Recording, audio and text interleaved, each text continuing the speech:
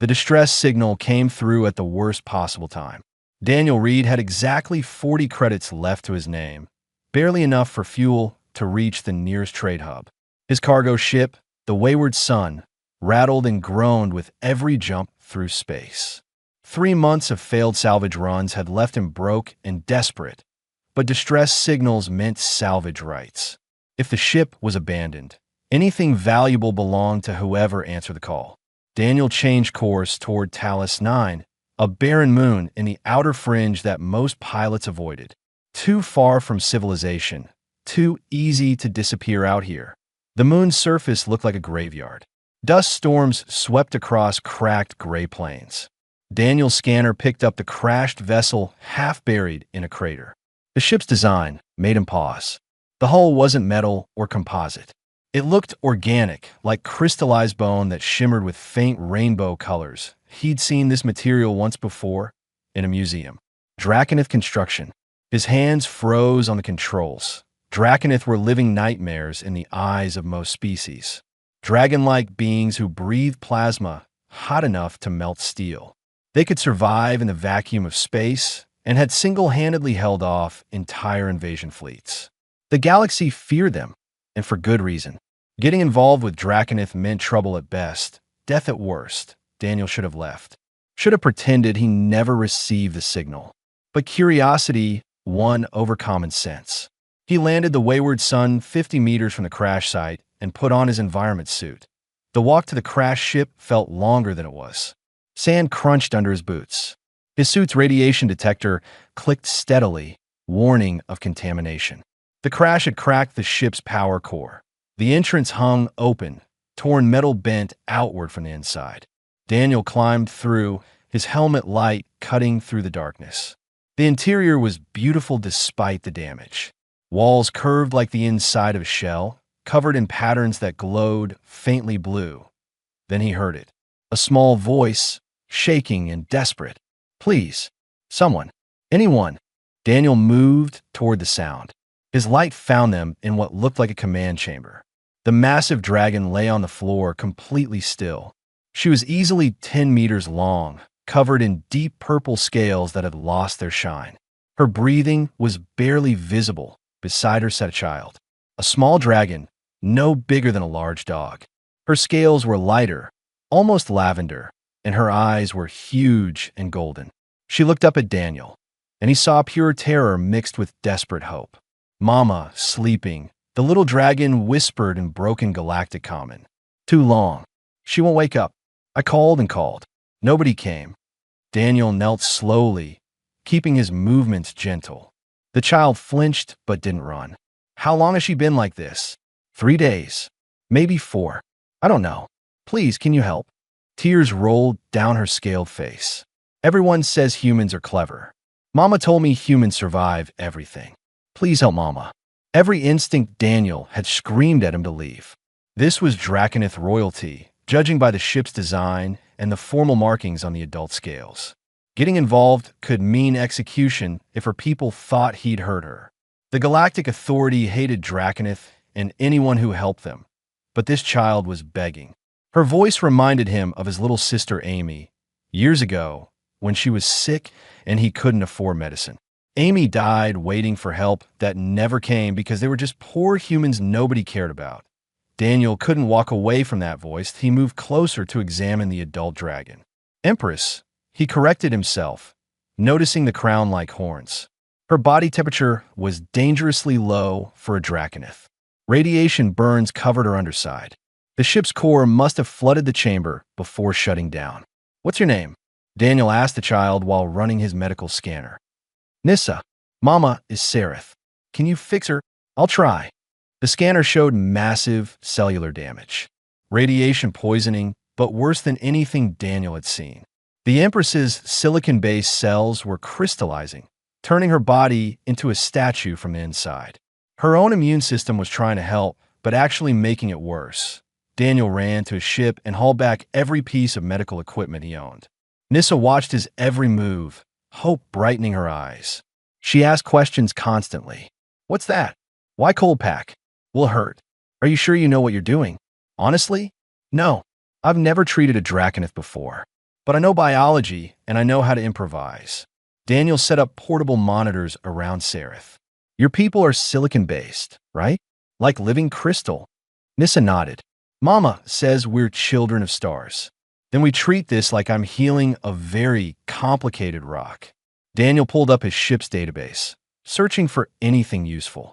Earth had creatures that survived extreme conditions, tardigrades that laughed at radiation, bacteria that lived in nuclear reactors. If he could adapt those principles, why do you help? Nissa's question was quiet. Mama says everyone fears us. Everyone fears humans too. She says humans are alone like we are. Daniel looked at the small dragon. Maybe that's exactly why I'm helping. I know what it's like when nobody comes. When you call for help, and everyone pretends they don't hear. His ship's computer beeped urgently. 3 vessels had entered the system. Galactic Authority patrol ships, heavy cruisers bristling with weapons. They were scanning the moon. Warning, his computer announced. Authority vessels are searching for a fugitive Draconith ship. Orders are to apprehend or destroy on sight. Daniel's blood went cold. Helping Sareth just became treason. The Authority would arrest him or worse. But Nissa was looking at him with such hope, such trust. She believed he could save her mother. He'd already made his choice the moment he decided to land. Computer, shut down all external signals. Make us invisible. Daniel turned back to his patient and the small dragon who refused to give up. All right, Nissa, let's save your mama. Time was running out. Daniel worked frantically while keeping one eye on his scanner. The Authority ships were sweeping the moon sector by sector. They'd find a crash site within an hour, maybe less. Nissa sat close enough that her tail touched his leg. She needed the contact, needed to know she wasn't alone anymore. Every few minutes she'd ask, "Is Mama better yet?" And Daniel's heart broke a little more each time. Not yet, but we're working on it. Daniel mixed compounds in a portable synthesizer he normally used to make fuel additives. Nothing in his medical database covered Draconith physiology. Their species kept to themselves, shared no biological data with the galaxy. Most species only knew Draconith from horror stories about their plasma breath and indestructible scales. But Daniel had treated dozens of alien species during his salvage years. He'd patched up a methane-breathing Quellen, stabilized a crystalline shard after a mining accident, even delivered a baby Centauran in the back of his cargo hold. Biology was biology. You just had to think creatively. Tell me about your mama, Daniel said while preparing an injection. Keeping Nissa talking helped them both stay calm. What does she do? She's Sector Guardian. Protects our territory. Nissa's voice filled with pride. She's strong and brave. But someone hurt our ship. The engine started burning, and Mama pushed me into the emergency pod. She stayed to steer the ship away from the station. Away from the station? Daniel paused. She was trying to protect others when she crashed? Nissa nodded. Mama says a guardian's duty is to everyone, not just Draconith. That's why the bad people hurt us. They didn't like Mama helping small species. The picture became clearer. Sareth wasn't a rogue or criminal. She was running from someone in power who didn't like her sense of justice. That made the Authority's presence more sinister. They weren't here to rescue. They were here to finish the job. Daniel's hands moved faster. Sareth's body temperature was still dropping. Her scales had gone dull gray. The crystallization was spreading through her organs. A few more hours and she'd be gone. I need to do something dangerous, Daniel told Nissa. Your mama's body is trying to heal itself, but the radiation poisoning is making her healing work against her. I have to shut down her system completely, flush out the radiation, then restart everything. Like turning off and on. Nissa's eyes went wide. Exactly like that. But if I can't restart her system. Daniel didn't finish. Nissa understood death. She'd been watching her mother die for days. Do it, please. Mama wouldn't want to die slowly. The trust in those words steadied Daniel's shaking hands. He loaded the first injection, a cryogenic compound adapted from proteins found in Antarctic fish. It would drop Sareth's body temperature to near freezing, forcing her into a hibernation state deeper than sleep. Here we go. Daniel pressed the injector against Sareth's neck, finding a gap between scales. The compound hissed into her bloodstream. For a moment, nothing happened. Then Saratha's body began to frost over. Ice crystals formed on her scales. Her breathing slowed further, each breath coming 30 seconds apart, then a minute. Nissa whimpered and pressed against Daniel. She's dying. No, she's sleeping. Really, really deep sleeping. Daniel monitored the readings. Saratha's core temperature plummeted. Her heart rate dropped to barely measurable. Now, for the hard part. He administered the second compound, a chelating agent that would bind to radioactive particles and flush them from Saratha's system. It was designed for carbon-based organisms, but Daniel had modified it for silicon biology using principles from Earth's extremophile bacteria. The monitors lit up with warnings. Saratha's vitals were approaching zero. Daniel injected the restart compound, a cocktail of stimulants and cellular repair proteins. This was the moment of truth. Either her body would recognize the catalyst and resume normal function, or she'd slip away completely. 30 seconds passed. Nothing. 1 minute. Still nothing. Nissa started crying softly. Daniel felt his own eyes burning. He'd tried. He'd given everything he knew. But maybe it wasn't enough. Then Saratha's body twitched. Just a small movement, but real. Her chest expanded with a deep breath. Another breath came quicker. The ice on her scales began melting as her internal heat returned. Her eyes opened. Not all the way, but enough to see. Those ancient golden eyes, so much like her daughter's, focused on Daniel with confusion and surprise. Mama. Nissa launched herself at her mother's face, nuzzling and crying. You're awake. You're back. Sarath made a low, rumbling sound, almost a purr. She was still weak, barely able to lift her head. But she was alive and conscious and healing. Daniel sagged with relief. Don't try to move yet. You need time to recover. Saratha's eyes fixed on him. When she spoke, her voice was deep and resonant despite her weakness. You are human. Yes, ma'am. Why? A single word, but it carried 1,000 questions. Why did you stop? Why did you help? Why risk yourself for strangers? Before Daniel could answer, his ship's alarm screamed. On the monitors, authority soldiers poured out of landing craft just 100 meters away. They'd found the crash site. Commander Prell's voice boomed over loudspeakers. This is Galactic Authority security. All occupants of the crashed vessel surrender immediately. Empress Sarath, you're under arrest for treason and theft of classified materials. Anyone aiding her will be charged as an accomplice. Nissa's flames flickered around her snout, a defensive reflex. Sarath struggled to rise, placing herself between Daniel and the entrance despite barely being able to stand. No, Daniel said firmly. You're not fighting anyone. You can barely stand. They will kill you for helping me, Sarath said. I'm already hunted. You still have a chance if you claim I forced you. I don't lie well. Daniel grabbed a plasma torch, knowing it was useless against armored soldiers. Besides, your daughter asked me for help. I'm not the kind of person who saves someone just to hand them over to die. The soldiers breached the entrance. Weapons powered up, targeting systems locking on. Commander Prell entered with a squad of 10 soldiers in full combat gear. He saw Daniel standing protectively in front of 2 Draconith and actually laughed. Are you insane? You're protecting them? Do you know what you're doing? Yeah, Daniel said quietly. Something nobody else bothered to do. I'm helping someone who needed it. Commander Prell stared at Daniel like he was looking at a madman. Behind him, 10 soldiers kept their weapons trained on everyone. The targeting lasers painted red dots across Daniel's chest. One word from Prell, and this would be over. Sarah tried to stand, but her legs gave out. She was alive, but nowhere near fighting strength. Nissa pressed against her mother, small flames dancing nervously around her claws. Daniel stood between them and the soldiers with nothing but a plasma torch meant for cutting metal. Step aside, Prell ordered.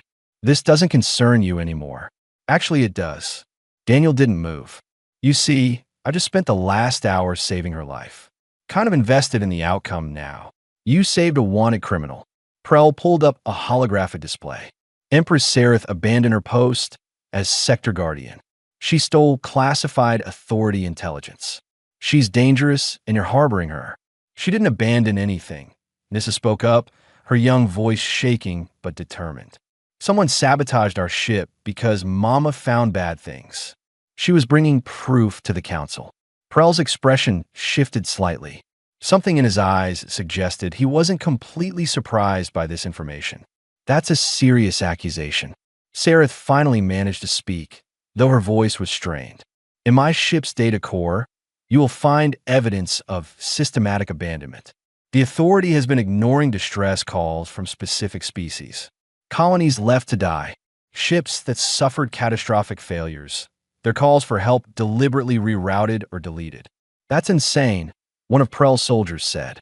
The authority exists to protect everyone. Does it?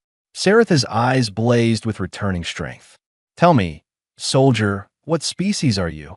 Human, ma'am. Then perhaps you remember the Titan Station plague 3 years ago. 40,000 humans died waiting for medical supplies. The supplies that were sitting in a warehouse 2 systems away. The distress calls that were marked as low priority. The human soldier, her name tag reading Riley, went pale. I lost family in that plague. They said the supplies were delayed by bureaucracy. They lied. Sareth gestured weakly toward her ship's computer. The delays were intentional. Someone in Authority High Command has been cutting costs by ignoring expensive rescue operations. Humans, Draconith, anyone deemed not worth the expense. We are both targeted because we both pose problems. Humans because you are numerous and spread thin across the galaxy. Draconith because we are few and keep to ourselves. Prell lowered his weapon slightly. Show me this evidence. Daniel helped Sareth access her ship's systems. Files appeared on the holographic display. Thousands of distress calls, all marked with the same classification code. All from colonies or ships belonging to species considered politically unimportant. All routed to a dead-end system that auto-rejected them after 48 hours. The file showed death tolls. Failed colonies. Ships that ran out of life support waiting for rescue that never came. Children who died of preventable diseases because medical ships were rerouted. The numbers were staggering. Riley removed her helmet, tears streaming down her face. My baby brother called for help from his research station. He sent 17 distress calls over 3 days. They told us no one responded because his station was in a dead zone. But these files show his calls were received. They were just ignored. I am sorry, Sareth said softly. When I discovered this, I tried to bring it to the Galactic Council. But the council members responsible had me declared traitor. They sabotaged my ship, tried to kill me and my daughter to hide their crimes. Prell's jaw tightened. His soldiers were muttering to each other, anger building. These were good people who'd joined the authority to help others. Finding out their organization had been letting people die for profit was destroying something fundamental in them. Daniel watched Commander Prell struggle with a decision. The man had followed orders his whole career. Now those orders conflicted with what was right. Commander, Daniel said quietly, I am nobody, just a salvager, but I know what it's like to be ignored, to call for help and have nobody come. This woman could have run when her ship got hit. She could have saved herself and let that station get destroyed. But she didn't. She crashed her own ship to protect others.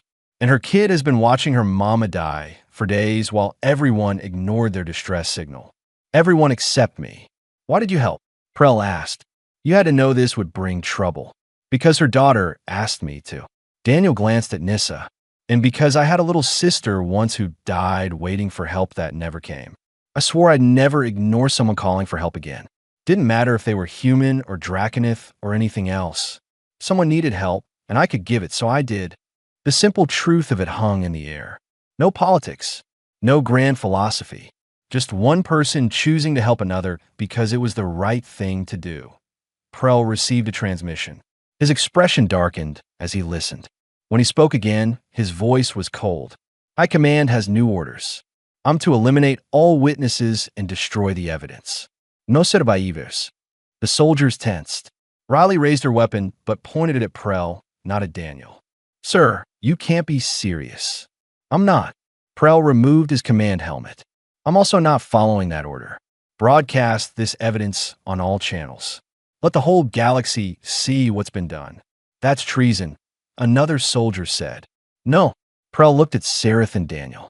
That's justice. I joined the authority to protect people. All people. If our leaders have betrayed that oath, then they're the traitors, not us. Riley and several other soldiers removed their helmets in agreement. But before anyone could act, the ship's sensors screamed a warning. Multiple contacts appeared in orbit, Draconith warships. Dozens of them, each one capable of reducing a planet to ash. The lead ship broadcast on all frequencies. This is Prince Vareth of the Draconith Empire. Release Empress Sareth and her daughter immediately, or we will destroy every authority vessel in this system. Nissa perked up. Uncle Vareth came. Daniel looked at the massive warships surrounding the moon and thought about how much more complicated his day had just become. The temperature inside the crashed ship rose 10 degrees as Prince Vareth materialized in a flash of plasma. He was massive, nearly twice Sareth's size, covered in crimson scales that looked like flowing lava. Battle scars marked his body. His eyes glowed like burning coals. Nissa squealed with delight and tried to run to him, but Sareth held her back with one wing. The Empress recognized her brother's rage. Vareth was ready to burn everyone in sight. Who dares threaten my family? Vareth's voice shook dust from the walls. His gaze swept across the authority soldiers, then landed on Daniel, standing protectively in front of Sareth and Nissa. A human? You let a human near the Empress and her heir? Uncle Verat. No. Nissa squirmed free and ran to the prince. He saved Mama. The nice human made her better. Vareth looked down at his niece in confusion. Saved her? Humans are scavengers and cowards. They have no honor, no strength. This one does. Sareth's voice was getting stronger. Brother, I was dying. Daniel asked nothing in return. He risked his life simply because Nissa asked for help. Then he shames us. Vareth's scales darkened with anger, but not at Daniel. At the situation, we are now debt-bound to a human. Do you understand what this means? The honor of our house is tied to this creature. Daniel bristled at being called a creature, but kept quiet. Getting into an argument with a being who could breathe plasma seemed unwise. Commander Prell stepped forward carefully. Prince Vareth, I must inform you that I am broadcasting evidence of authority corruption on all channels. Your sister's accusations are being verified as we speak. The people responsible for attacking her will face justice. Your justice. Vareth laughed, a sound like grinding boulders. The authority is rotten to its core. You expect us to believe in your justice after you tried to murder the Empress. I didn't try to murder anyone, Prell said firmly. I was sent to arrest her. Now I know the charges were false. That's why I'm exposing the corruption. Because a human showed you how. Vareth looked at Daniel again. What is your name, human? Daniel Reed, sir. Do not call me sir. I am a prince. You will address me as your highness or not at all. Despite the harsh words, Vareth seemed more confused than angry. Why did you save the Empress? Your niece asked me to. That is all. A child's request. That's enough, isn't it? Daniel shrugged. She was scared and her mom was dying. I couldn't just walk away. Most beings would. Most beings fear us. You did not. I was terrified, Daniel admitted. But being scared isn't a good excuse for letting someone die. My sister died because people were too scared to help humans during the separation wars. I promised myself I'd never be that person. Never too scared to help someone who needed it. Vareth studied Daniel for a long moment. In Draconith culture, strength was everything. Physical power, military might, the ability to survive alone. Humans were weak in all those measures. But this human had done something no Draconith would do. He'd helped a stranger despite the danger, expecting nothing in return. Your species confuses me, Vareth finally said. You are weak. Your bodies break easily. You cannot survive in vacuum. You cannot breathe fire. Yet you persist. You spread across the galaxy like weeds. You adopt broken creatures as companions. You help strangers. Why? Because we know what it's like to be the ones who need help. Daniel glanced at Riley, who was still processing the evidence of her brother's death. Humans spent millions of years as prey. We got eaten by bigger, stronger things. We survived because we learned to help each other. It's just what we do. Riley spoke up. The evidence is spreading across the networks. Multiple species are responding.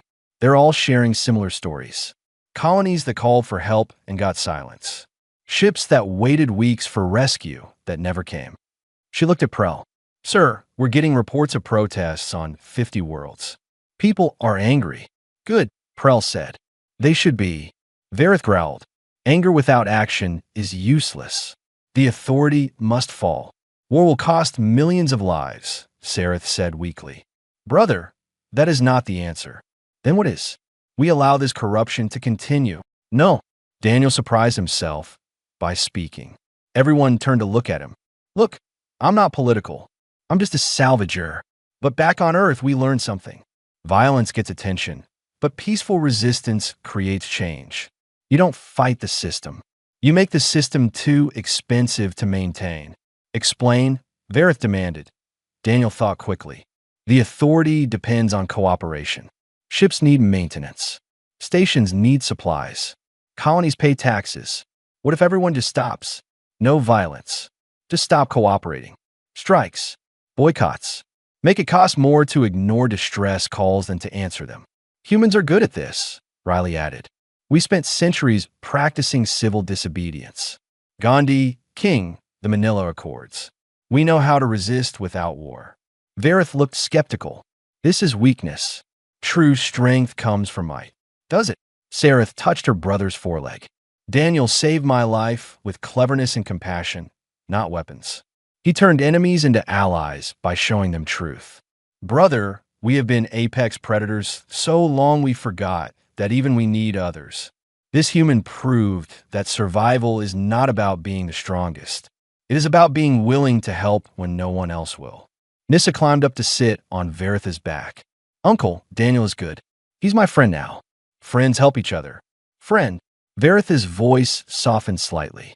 You claim friendship with a human? Yes. He saved Mama. That makes him family. The simple logic of a child cut through centuries of prejudice. Vareth sighed, smoke curling from his nostrils. The young always see clearly what we old fools miss. A transmission came through. High Command was threatening Earth directly. If Daniel and the defectors weren't handed over, they'd place Earth under occupation. 40 human colonies would be held responsible for harboring traitors that Daniel's blood ran cold. They're going after my homeworld. Then I must surrender, Sareth said. I will not allow Earth to suffer for helping me. No. Vareth stood taller. Earth is now under Draconith protection. Anyone who threatens it will face our full might. You'd start a war over this. Prel asked. We would start a war over honor and debt, Vareth said. Daniel saved my sister.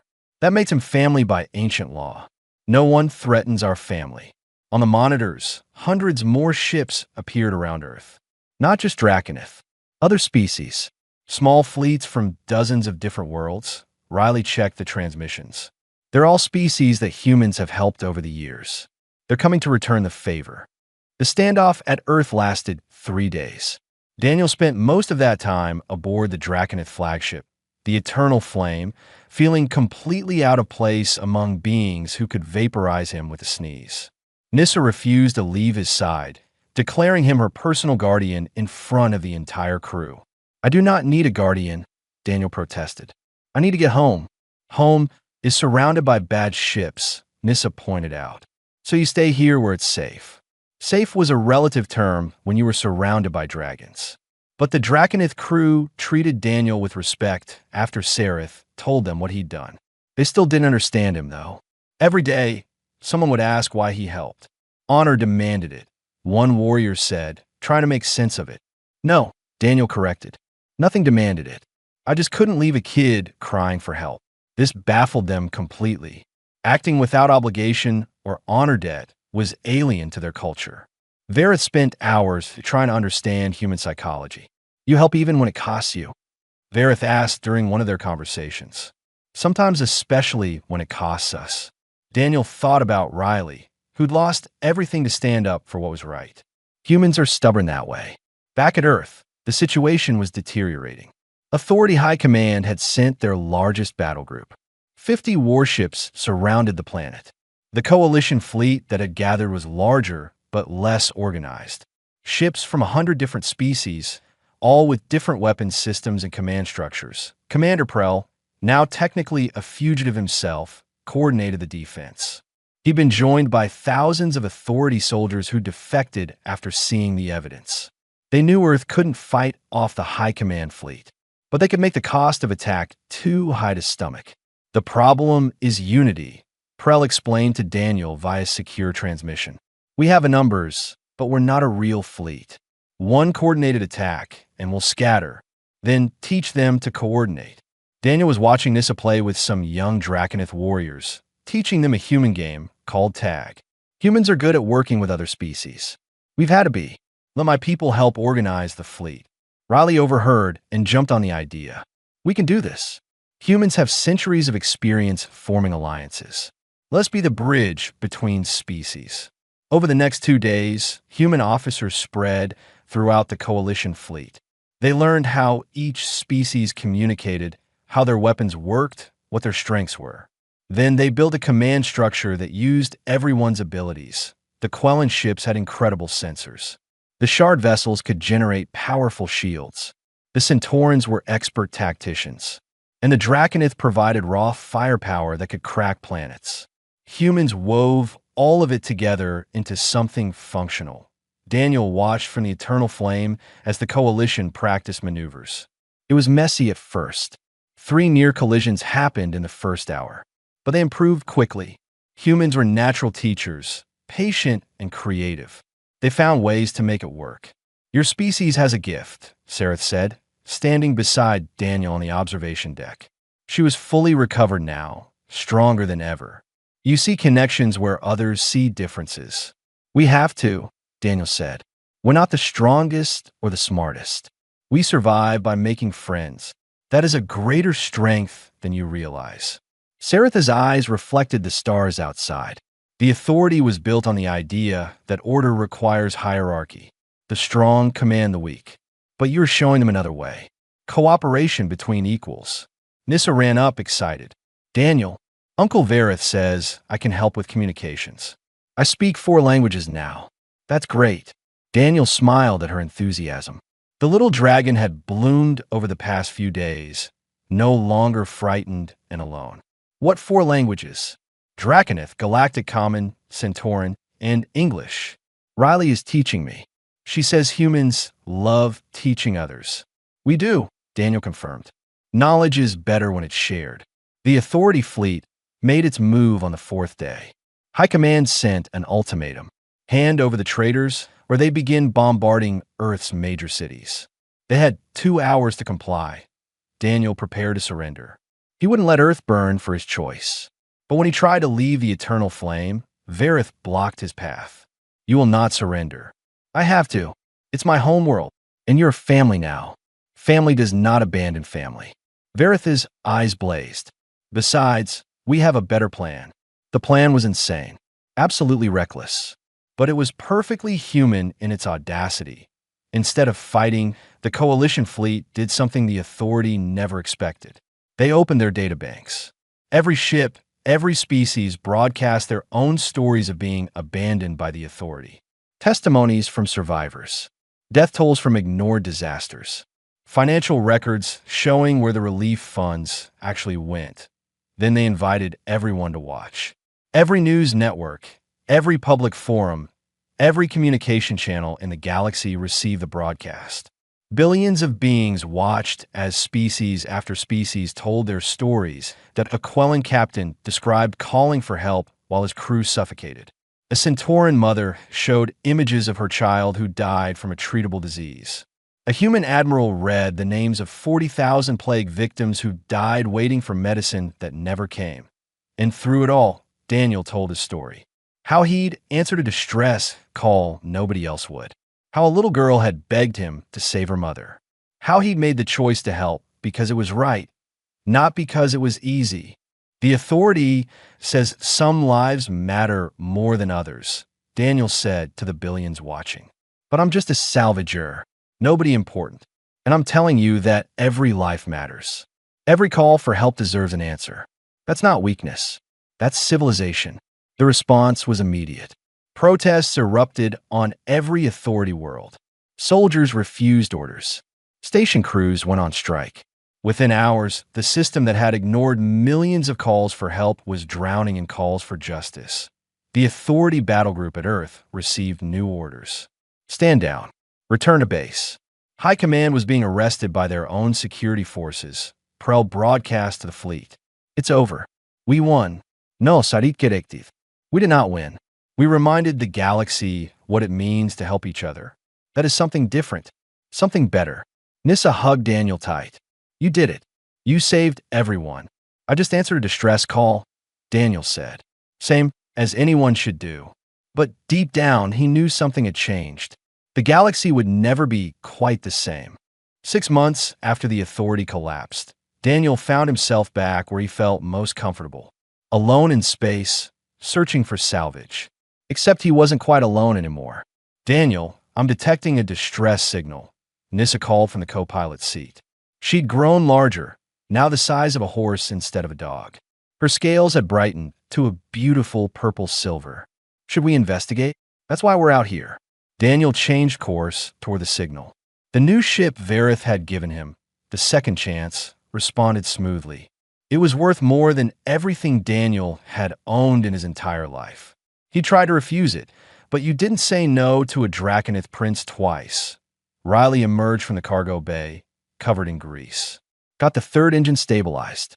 We should be able to handle a 4G burn if we need to run from something nasty. She joined Daniel's crew after the Authority disbanded. Turned out she was an excellent engineer.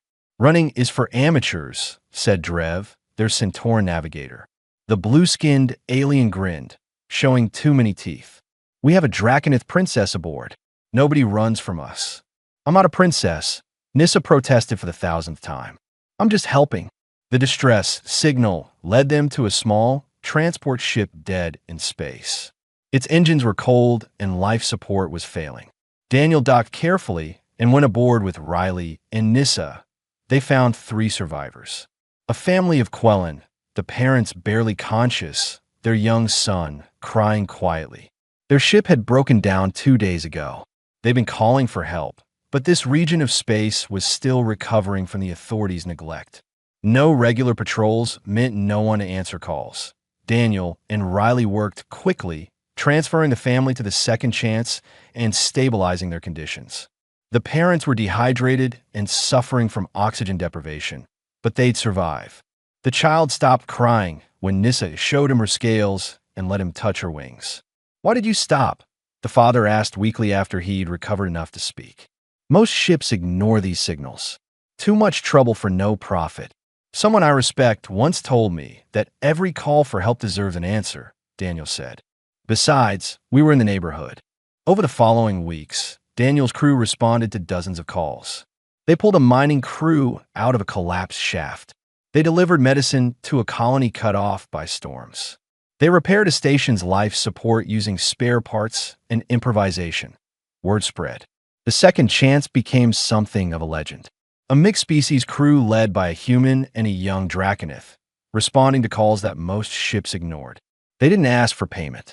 They just helped. Other ships started doing the same. Riley's old Authority squad mates formed their own rescue teams. Draconith warriors, bored with peacetime, volunteered to escort medical ships through dangerous regions.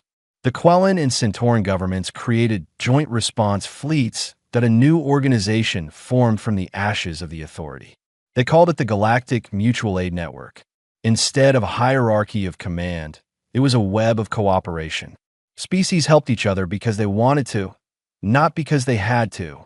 Humans coordinated most of it, their talent for communication and organization finally recognized as valuable. Sareth became the first director of the network. Vareth commanded its defense forces, which he insisted on calling the Guardian Fleet. They protected relief ships and rescue operations, their reputation enough to deter pirates and raiders. 1 year after Daniel had landed on Talos. 9, he returned there with Nissa. They stood in the crater where he'd found her and Sareth dying. Someone had placed a memorial there. A simple stone with words carved in multiple languages. Here, a human chose compassion over fear. Here, The galaxy remembered what it means to help each other. It's nice, Nissa said softly. But you don't like it, do you? Daniel shrugged. I'm not a hero. I just did what anyone should do. That's exactly why you're a hero. Saratha's voice came from behind them. The Empress had teleported down to join them. Heroes do not seek glory. They simply do what is right when others will not. I got lucky, Daniel insisted. If the treatment hadn't worked, you'd be dead and I'd probably be executed. But you tried anyway. That is courage. Sarath sat beside them, her massive form somehow gentle. You have changed the galaxy, Daniel read. Billions of beings now live because you showed us a better way. I showed you. Daniel laughed. All I did was answer a distress call. And in doing so, you reminded us what we had forgotten. That civilization is measured not by military might or technological advancement, but by how we treat the most vulnerable among us. Sarath looked at her daughter. Nissa has chosen to stay with you rather than return to our homeworld. I should forbid it. She is young and the galaxy is dangerous. Nissa tensed, ready to argue. But Sarath smiled. However, I cannot think of a better teacher. You will show her that strength comes in many forms. That compassion is not weakness. That helping others is the highest calling. Sarath touched Daniel's shoulder with one careful claw. I trust you with my daughter's life because you valued it even when she was a stranger. Tears stung Daniel's eyes. I'll keep her safe. I know you will. And she will keep you safe in return. That is how it works, yes? Humans and their friends protecting each other. They returned to the second chance together. Another distress call was waiting. A research station in the Bellic sector had lost communication. It could be nothing. It could be everything. Daniel looked at his crew. Riley was already running diagnostics. Drev was plotting the fastest course. Nissa was checking medical supplies. They were ready. All right, people. Someone needs help. Let's go be the answer they're looking for.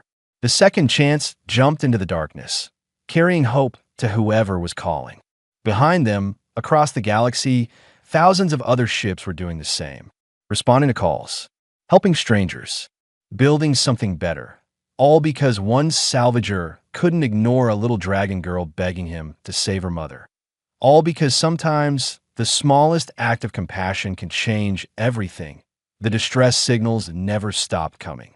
But now, neither did the answers. And that made all the difference.